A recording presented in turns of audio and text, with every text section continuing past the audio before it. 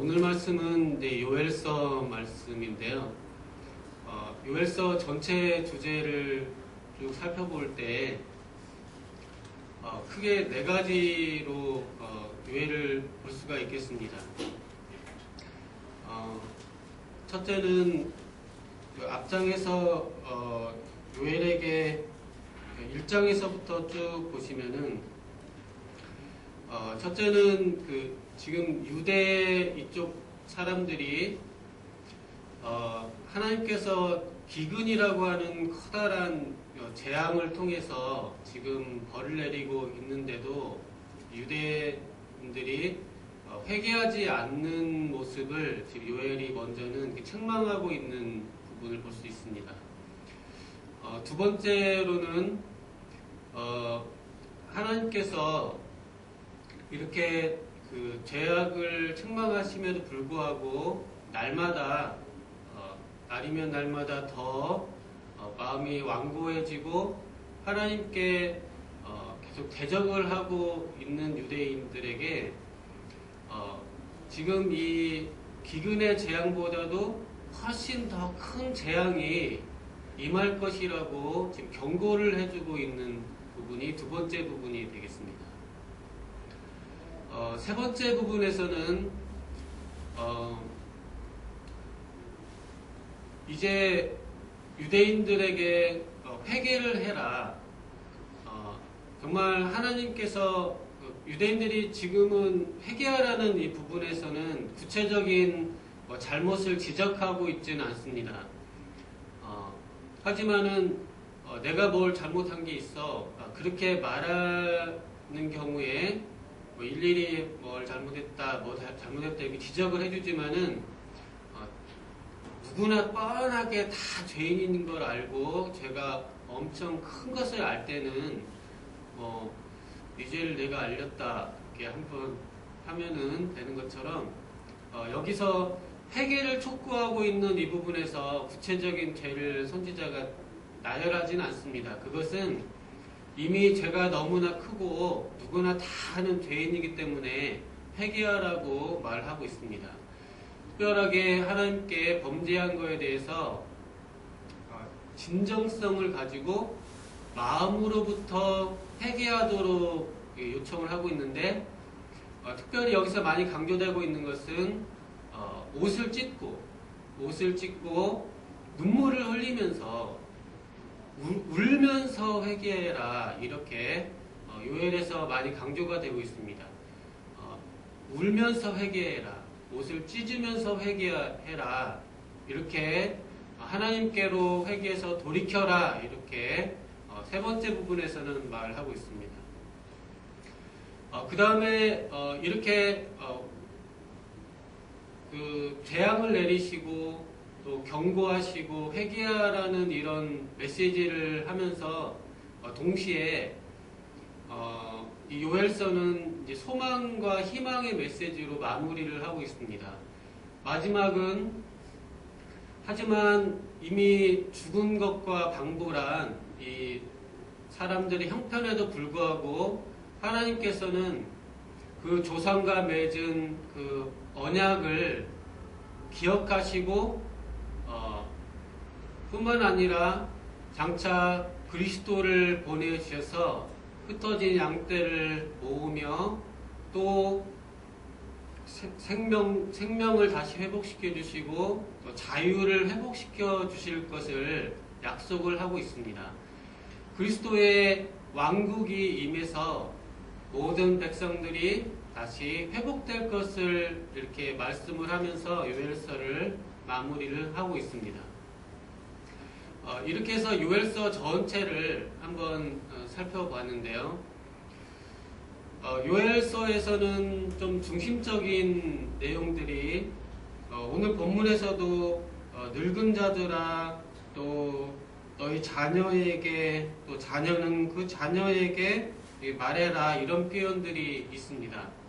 또 2장에서 이제 유명한 내용을 만민에게 부어주리니 이렇게 주의 영이 임할 때에도 너희 자녀들은 장래일을 말할 것이며 너희 늙은이는 꿈을 꾸며 너희 젊은이는 이상을 볼 것이며 또 그때에 내가 또 내 영을 남종과 여종에게 부어줄 것이며 이렇게 할 때에도 주님의 말씀이 선포가 되는 것이 연령을 초월해서 부모님 세대에 또 자녀 세대에 하나님께서 말씀을 전해주시는 것, 또 어린아이, 또 나이 많은 분들, 또 젊은이들에게도 주의 영이 임할 것이다. 이렇게 해서 요엘서에서는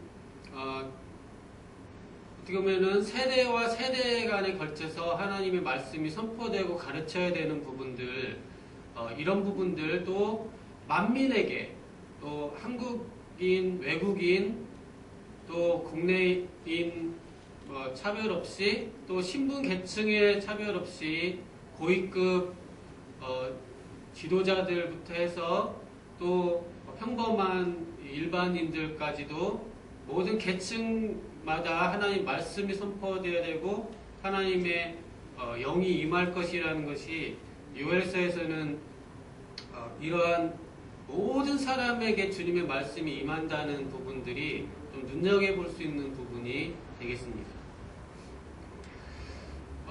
제가 선지서는 기본적으로 선지자의 책무는 율법을 해설하는 일이라고 했습니다.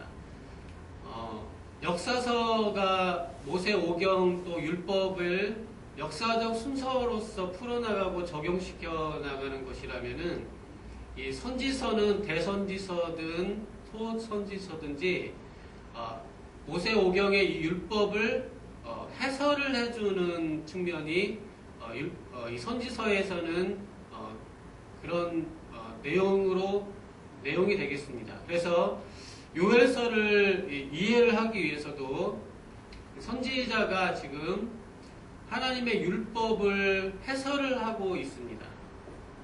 그러면은 지난번에 그 호세아서 말씀을 할 때에도 선지자의 직무가 기본적으로 율법을 해설하는 일이라고 해서 율법의 기능 이런 것들도 말씀드렸었습니다. 오늘은 이 요엘이 율법을 어떻게 해설해 가는가라는 측면에서 아까 4가지로 정리한 부분의 내용이 정리되어 있는데 그 부분에서 한두 가지로 짚어가면서 말씀을 전하고자 합니다. 요엘은 어디에서 사역한 걸로 보이나요?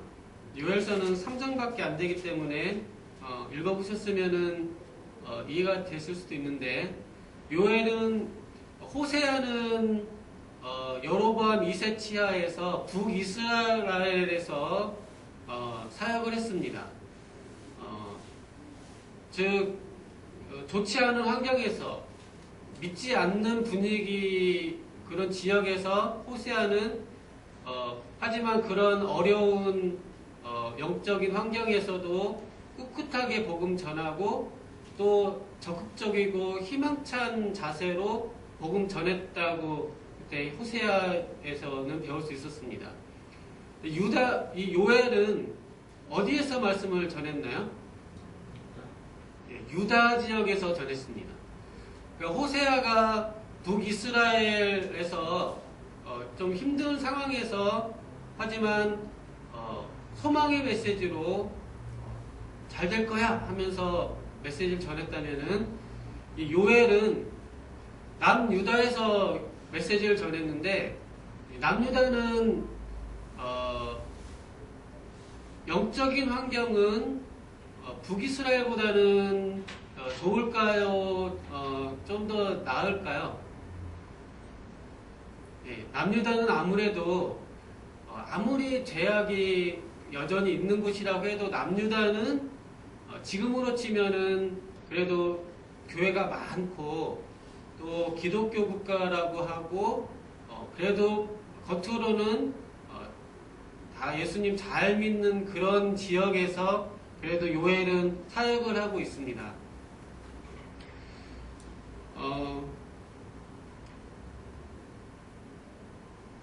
근데 요엘이 지금 유다 지역에서 사역하는데 먼저 이제 요엘이 어느 시대 사람일까? 이거에 대해서도 궁금하시죠? 그래서 좀 생각해 보면은 호세아는 여로보암 2세 때 사역을 했습니다. 요엘은 본문에 보니까 어느 시대에 사역했다는 말씀이 없습니다. 1절에 그냥 부두엘의 아들 요엘에게 임한 여호와의 말씀이니라.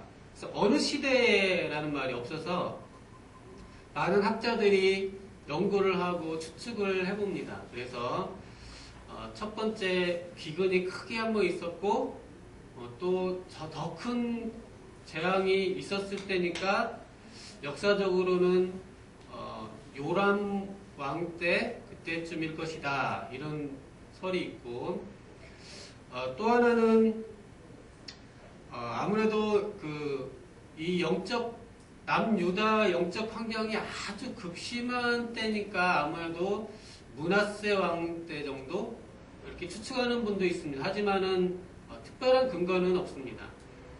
또 하나는 요엘이 그냥 한 왕 때보다는 이사야처럼 여러 왕에 걸쳐서 아마 사역을 하던, 그래도 이사야와 같은 동시대 사람일 것이다 하는 그런 설이 있습니다. 근데 이제 제가 왜 이 시대 이야기를 했냐면은, 사실 요엘은 시대가 그렇게 중요하지는 않습니다. 성경을 읽으실 때 이 요엘 맨 첫 부분에 호세아는 1절에 우시아와 요담과 아하스와 히스기야가 이어서 유다 왕이 된 시대, 이렇게 또 요아스의 아들 여로보암이 이스라엘 왕이 된 시대, 이렇게 호세아는 분명히 시대를 밝히고 있는데, 요엘은 이 본문 자체가 시대를 밝히고 있지 않습니다. 그 말씀은 이 성경 자체가 시대를 표시를 특별히 안 한 경우는 시대가 중요하지 않다는 것입니다. 그래서 많은 분들이 노력을 하고 연구를 했음에도 불구하고 다 추측성 이론이고 결론은 없습니다. 그래서 다만 요엘이 그래도 유다가 그래도 아마 이스라엘과 동시대 사람 정도 될 것이다, 그 정도 생각할 수 있겠습니다. 하지만 거기서 시대 자체가 별로 중요하지 않다는 것입니다. 만약에 호세아서에서는 시대가 중요했습니다. 여로보암 2세. 그래서 시대를 저희가 잘 연구를 하고 말하지 않으면은 호세아서의 중요한 메시지들은 저희가 많이 놓칠 수가 있습니다. 하지만은 요엘에서는 저희가 언제 요엘이 사역했는지 몰라도 요엘의 핵심 메시지, 중요한 메시지는 놓치지 않습니다. 그러니까 걱정하지 않으셔도 됩니다. 어느 때에 사역했을까? 그거는 잘 모르셔도 요엘에서 중심은 벗어나지 않게 되겠습니다. 오히려 요엘의 말씀은 시대를 조금 초월하는 느낌이 되고 시대와 상관없이 우리에게 적용될 수 있는 분명한 메시지, 분명한 교리가 있기 때문에 오히려 시대를 초월하고 있다고 보실 수가 있고, 또 요엘은 좀 더 종말론적으로 장차 일어날 마지막 날에 일어날 이런 말씀들도 표현하고 있기 때문에 요엘의 말씀은 오히려 시대에 대한 정보가 없는 것을 통해서 오히려 시대를 초월해서 모든 오고 가는 각 세대마다 모두에게 보편적으로 적용될 수 있는 교리와 핵심적인 내용을 담고 있다, 그렇게 접근하시면 되겠습니다. 그러면은 요엘이 갖고 있는, 그러면 오고 가는 모든 세대에 그래도 고루고루 적용될 수 있는 메시지는 무엇일까? 그것을 아까 4가지로 정리를 해봤는데 우선은 크게는 2가지 정도만 생각해 보겠습니다.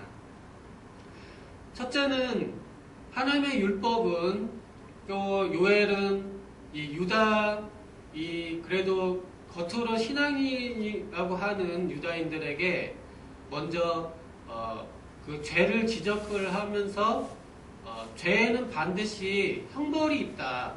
또 그러니 회개를 해라. 이렇게 먼저 말을 하고 있습니다.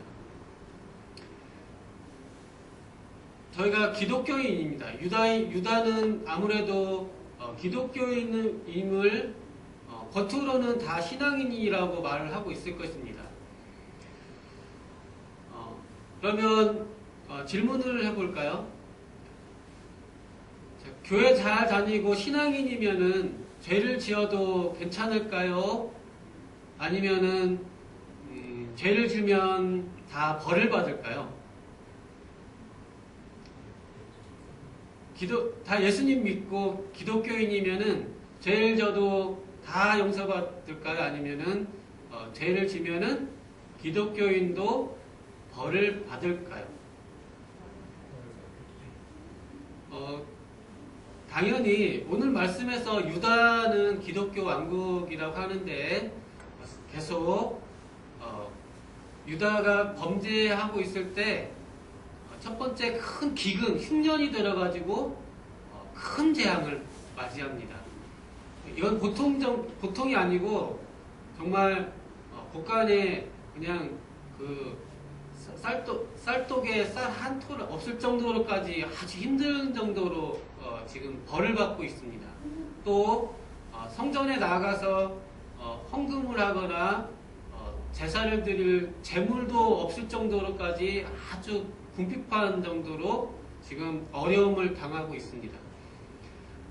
이것이 또 계속 또 이렇게 경고를 주셨는데도 회개를 안 하고 계속 자기가 주님 앞에 겸손해지고 겸비해지지 않으면은 하나님께서 더 큰 벌로 또 그 벌을 내리신다 이렇게 요엘은 말씀하고 있기 때문에 이거는 믿지 않는 사람들 이야기가 아니고 믿는 사람들도 죄가 있으면은 하나님이 징계를 하신다 이런 메시지를 전해주고 있습니다. 근데 이제 저도 예수님 참 믿고 나서 예수님 믿으면은 이제 더 이상 그리스도 예수 안에서는 정죄함이 없나니 하면서 뭔 짓을 해도 다 용서해 주신다고 그렇게 생각을 하고 하나님이 다 용서해 주셔. 무슨 짓을 해도 다 용서해 주셔. 이렇게 그렇게 생각한 적도 있었습니다. 하지만은 하나님 궁극적으로 용서를 해주시지만 죄에 대한 하나님의 기본적인 마음은 죄를 미워하시고 또 우리 신자들이 이것이 죄인 이상은 죄를 범한 이상은 그거에 대해서 아픔을 느끼고 뉘우치도록 하나님이 인도해 주신다는 것입니다. 그래서 이 선지자가 계속 가르치고 교육하고 있는 것은 죄에는 항상 벌이 있다. 그것은 신자들에게도 예외가 아니다. 그것을 가르쳐주고 있습니다. 그래서 제가 신앙생활하고 교회도 잘 다녔는데 누구를 사기를 쳤어요. 일이 있어가지고 또 거짓말을 해서 도둑질을 했어요. 그러면은 나 교회 다니니까 나 하나님 용서해 주실 거야. 그게 아니고 당연히 감옥에 가고 누가 적발이 되고 하면은 감옥에 가겠죠. 그것은 신자들도 다 잘못하면 벌을 받습니다. 그것은 하나님이 신자니까 특별히 감옥에서 빼주고 그러지가 않습니다. 그것은 그렇게 해서 하나님께서 죄를 미워하시며 그 백성들이 죄와 싸워 나갈 수 있도록 계속 훈련하시기 때문에 물론 하나님 믿는 백성들은 하나님이 그 죄를 좀 감해 주시는 것은 성경의 메시지입니다. 좀 감해 주십니다. 하지만은 받을 벌 그대로밖에까지 안 하시고 그나마 100대 맞을 거 50대만 맞고 이렇게 감해주시는 건 있습니다. 그렇다고 해서 전혀 안 맞지는 않습니다. 이것은 요엘이 계속 말씀해주고 있는 메시지이기도 합니다. 특별하게 신자가 유대가 죄를 범했을 때 특별히 그냥 울지 말고 그냥 잘못했습니다. 다음부터 안 할게요. 그 정도로 하지 말고 요엘은 유다에게 옷을 찢어라. 옷을 찢고 울어라. 눈물을 흘려라. 그렇게 해서 통해 자복해라고 지금 메시지가 전개되고 있습니다. 13절에 굵은 배로 동이고 슬피 울지어다 이렇게 말을 하고 있습니다. 이것은 일단은 어려움에 당했기 때문에 고난 중에서 슬퍼하는 모습입니다. 예전에 어떤 보험을 아주 잘하시는 보험왕이 나와서 텔레비전에 이제 어떻게 해서 성공했냐 했는데 이제 남편이 사업 실패하고 이제 너무 힘들어서 지하철 문 앞을 나오다가 입구에서 바닥에 주저앉아가지고 하늘 보면서 엉엉 울었다.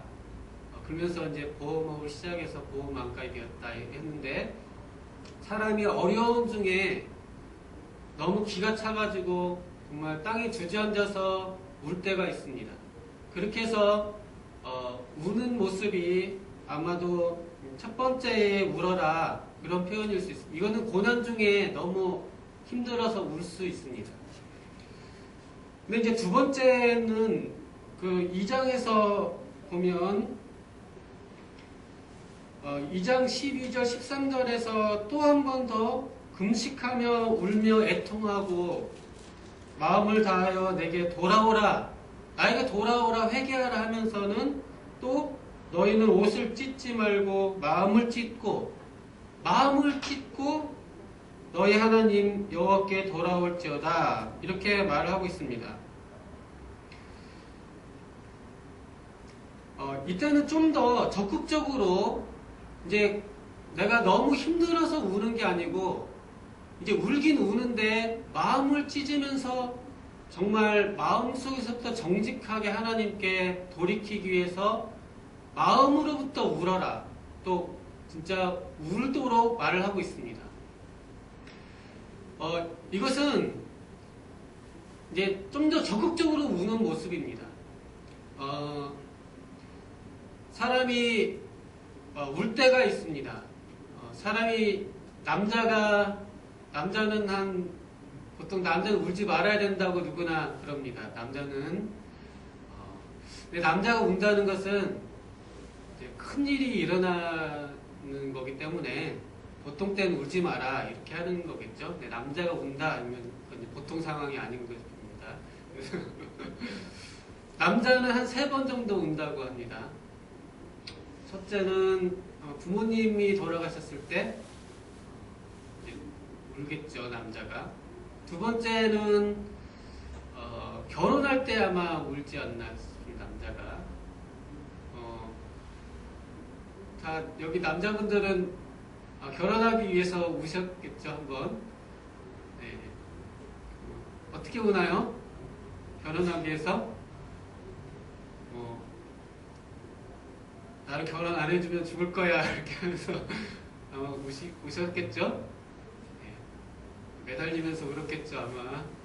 다리 바지가리를 잡고 결혼 안 해주면은 죽겠다고. 이제 그렇게 남자가 울죠. 사생결단 붙들고. 남자가 결혼할 때 울지는 않지만 목숨을 결혼 안 해도 죽는다고까지 하면서 또 어떤 사람은 연애하면서 도로에 뛰어드는 신용도 해보고 그렇게 하면서 아마 결혼할 때 남자가 한번 울 수 있겠습니다. 남자가 3번째로는 언제 우냐면 이제 큰 일을 앞두고 한 분 옵니다.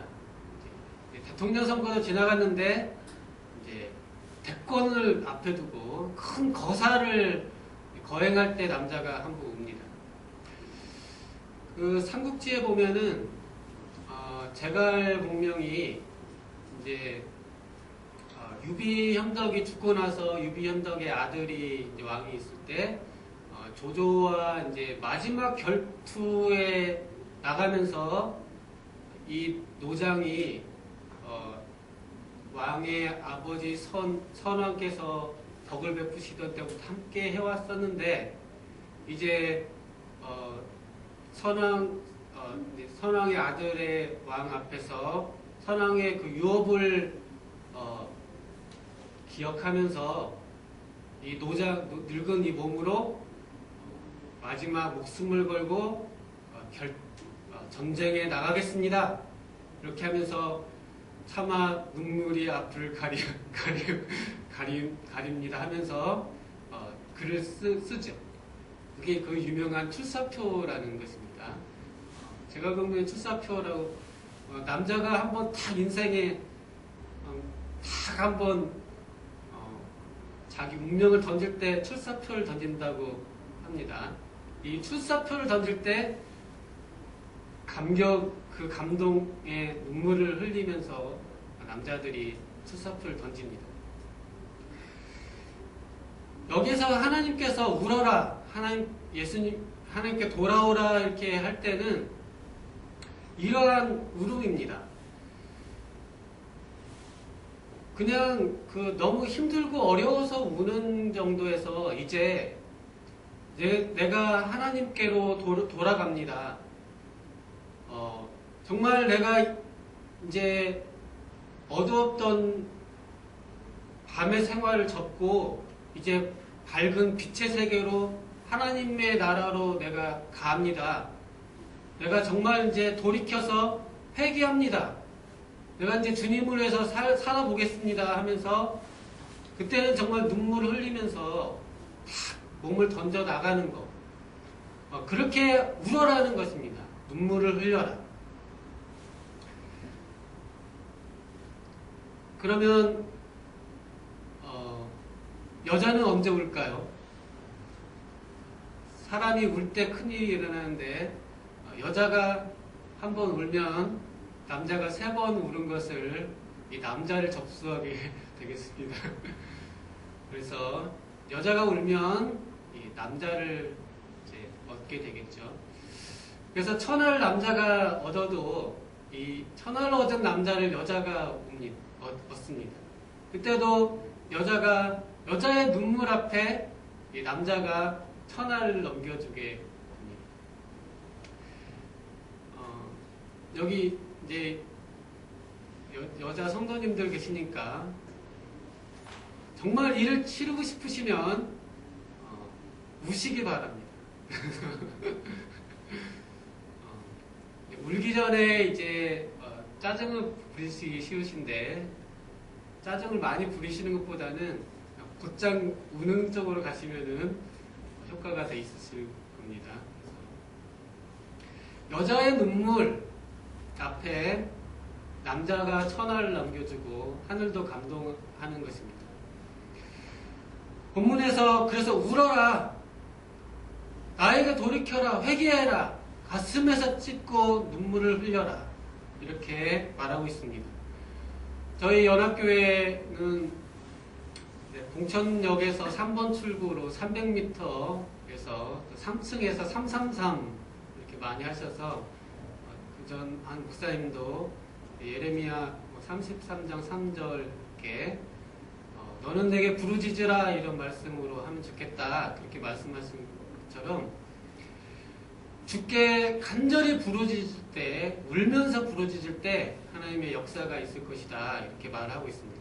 그래서 여기서 회개해라 이것은 적극적으로 하나님께 나아가는 모습, 울며 나아가는 모습, 겸손하게 천부여 오지옵소서 주께 나아갑니다. 이렇게 겸비한 마음으로 주님께 나아가는 모습을 보여주고 있습니다.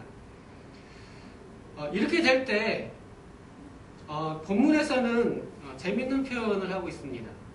자, 이른 비와 늦은 비를 적당하게 주시다. 또 내 영을 만민에게 부어주신다. 이렇게 했습니다. 성령이 임하시는 장면을 보통 말할 때에 빈들의 마른 풀같이 시들은 나의 영혼 이렇게 하면서 비가 내리는 장면을 표현을 하죠. 그것처럼 우리 마음속에 빗방울처럼 비가 내릴 때 잔잔하게 눈물이 흐를 때에 하나님의 성령이 임하시고 하나님의 은혜가 임하는 모습을 유엘은 시적으로 표현을 하고 있습니다.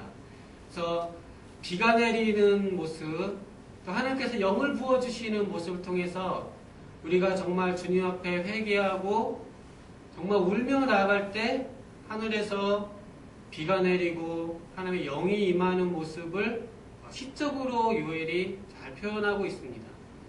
하나님께서 기도하고 간구하는 자에게 성령을 부어주지 않겠느냐 이렇게 누가복음 11장 13절에서 말을 하고 있습니다.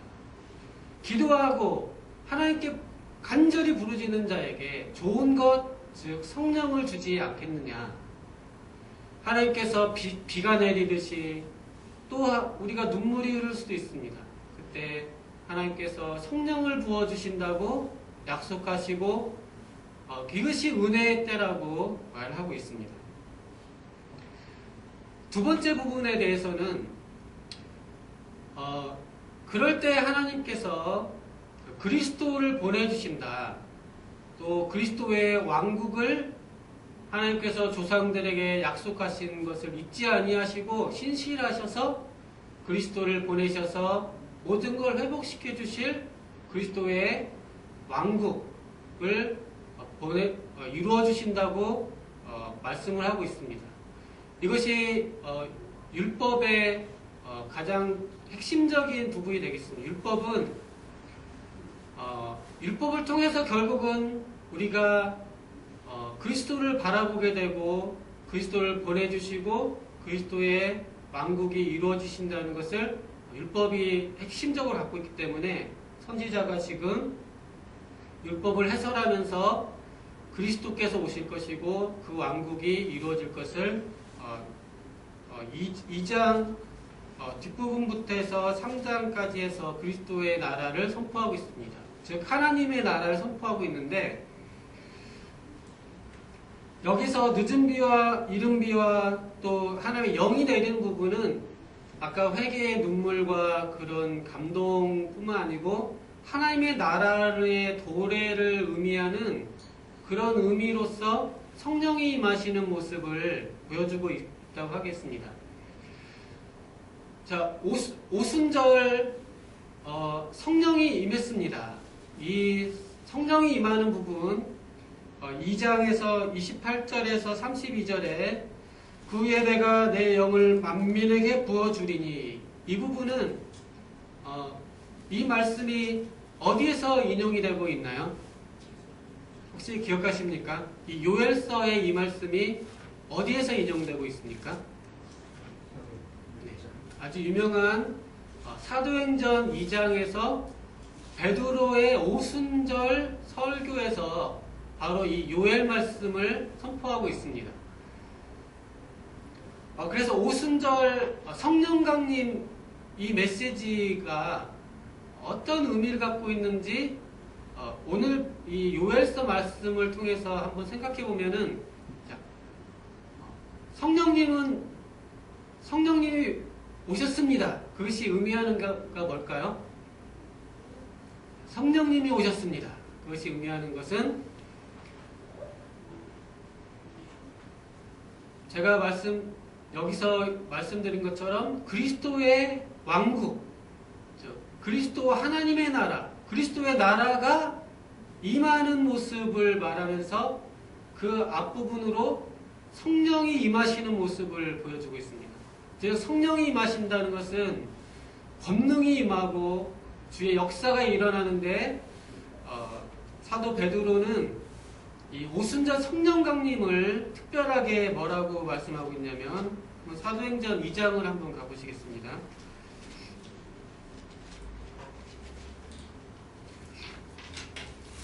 2장에서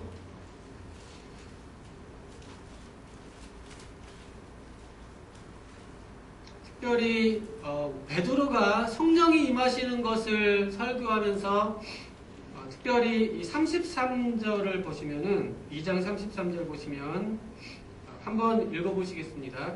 33절입니다. 하나님이 오른손으로 예수를 높이심에 그가 약속하신 성령을 아버지께 받아서 너희가 보고 듣는 이것을 부어주셨느니라. 그리고 36절을 한번 읽어보시겠습니다. 그런즉 이스라엘 온 집은 확실히 알지니 너희가 십자가에 못 박힌 이 예수를 하나님이 주와 그리스도가 되게 하셨느니라 하니라. 즉 오순절 설교의 결론은 성령이 불같이 하늘에서 오순절 성령이 불같이 이렇게 임하니까 이것을 보고 온 이스라엘은 알지라 하면서 바로 이 예수를 하나님이 주와 그리스도가 되게 하셨느니라 이렇게 말하고 있습니다. 즉 성령님이 임하신 것은 예수님이 하늘에 승천하셔서 하나님 우편보좌에 앉으셔서 주와 그리스도가 되셨다는 것을 증거하기 위해서 성령이 오신 것입니다. 성령이 오셨다는 말은 예수님이 왕이 되셨다는 것입니다.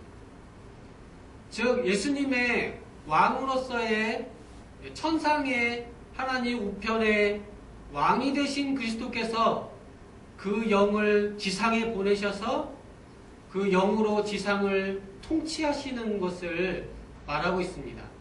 즉 성령 강림은 예수님이 하나님 천상에서 왕이 되셔서 그 영으로 지상을 통치하시는 하나님의 예수 그리스도의 왕국, 그리스도의 나라, 이 영을 통한 이 온 세상 통치의 모습을 선포하고 있습니다. 성령이 오셨다는 것은 하나님의 나라가 임했고 그리스도께서 하나님 우편에 앉으셔서 주요 그리스도가 되셨고 그가 그 영을 아버지께로부터 받아서 이 땅에 보내셔서 성령을 통해서 이 온 세상을 통치하신다. 이것을 선포하고 있습니다. 그래서 성령이 오셨습니다는 말은 예수님이 왕이 되셨습니다.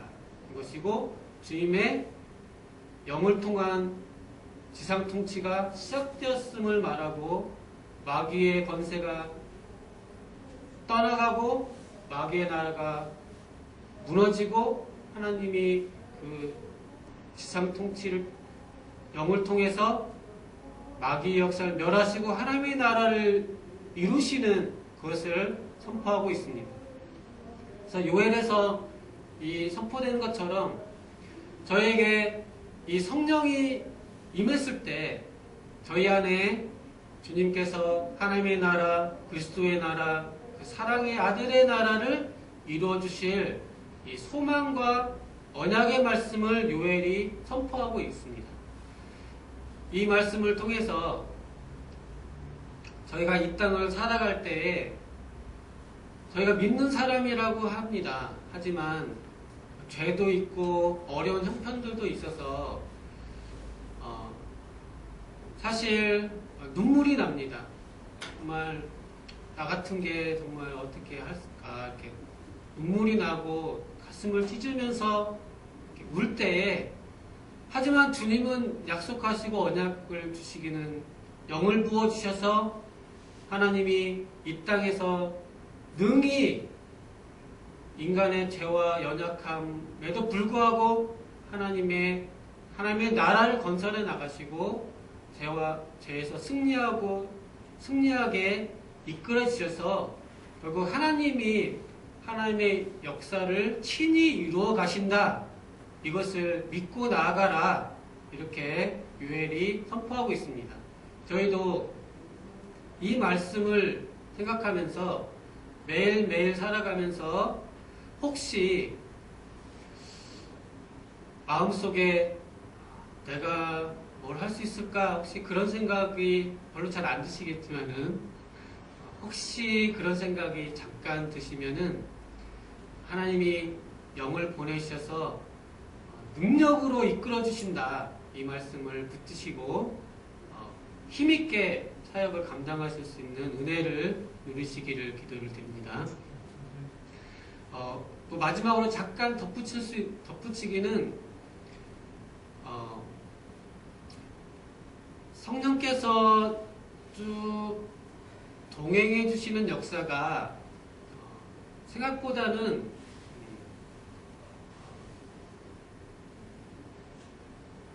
딱 1년, 2년 만에 딱 되고 그런 것은 아닙니다.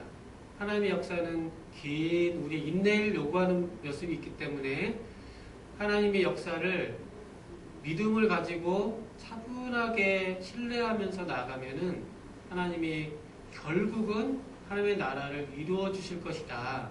이런 것을 좀 더 기획해 보시면 혹시 조급한 문제로 인해서 힘든 그런 상황들을 또 극복할 수 있는 메시지가 될 수 있겠습니다. 잠깐 기도하겠습니다. 감사하신 하나님 아버지, 저희가 죄 가운데서 울며 회개하고 눈물을 흘리며 주님께 나가기를 원합니다. 또 하나님께서 약속하신 대로 성령을 보내주셔서 하나님의 나라 왕국의 통치를 이루어 주심을 믿습니다. 하나님 아버지, 저희가 이것을 신뢰하면서 나아갈 수 있게 도와주시옵소서. 사랑하신 예수님 이름으로 기도드리옵나이다.